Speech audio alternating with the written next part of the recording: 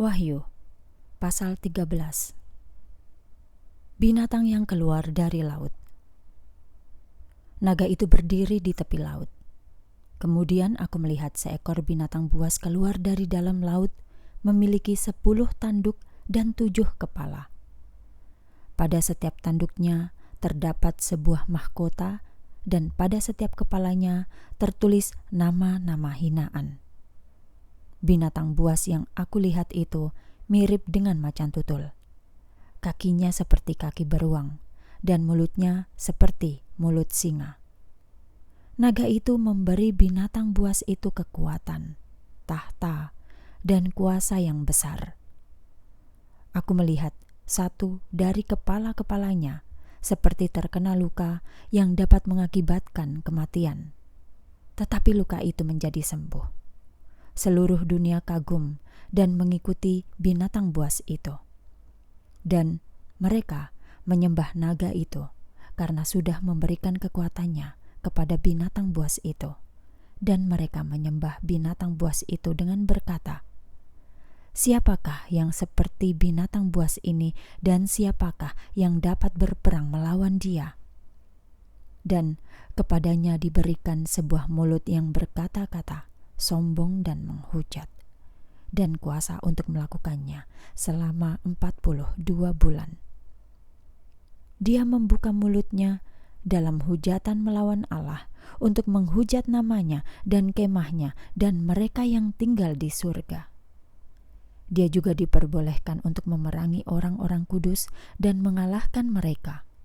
Dan kepadanya diberikan kuasa atas semua suku, kaum, bahasa, dan bangsa. Semua yang tinggal di bumi akan menyembahnya, yaitu setiap orang yang namanya tidak tertulis sejak dunia dijadikan dalam kitab kehidupan milik Anak Domba yang telah disembelih. Setiap orang yang bertelinga hendaklah ia mendengarkan ini. Apabila seseorang ditentukan sebagai tawanan, ia akan menjadi tawanan. Apabila seseorang membunuh dengan pedang ia harus dibunuh. Itulah ketekunan dan iman orang-orang kudus. Binatang yang keluar dari bumi. Lalu aku melihat seekor binatang buas lain keluar dari dalam bumi. Dan binatang itu memiliki 2 tanduk seperti anak domba.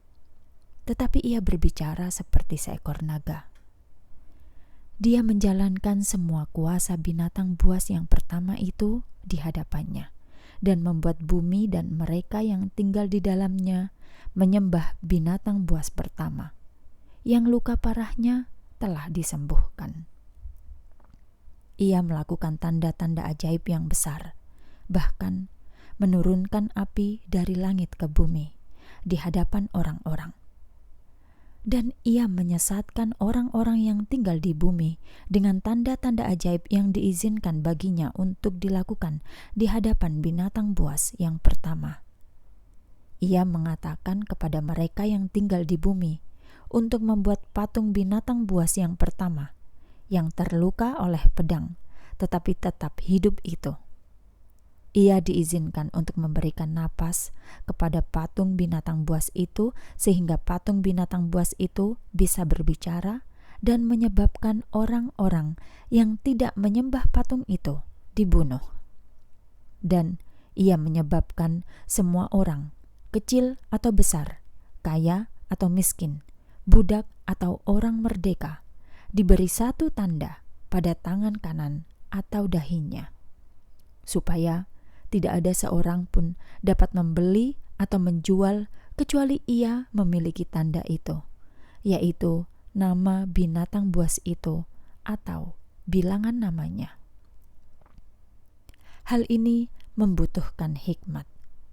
Biarlah orang yang bijaksana menghitung angka binatang buas itu, karena angka itu adalah angka seorang manusia, dan angkanya 666.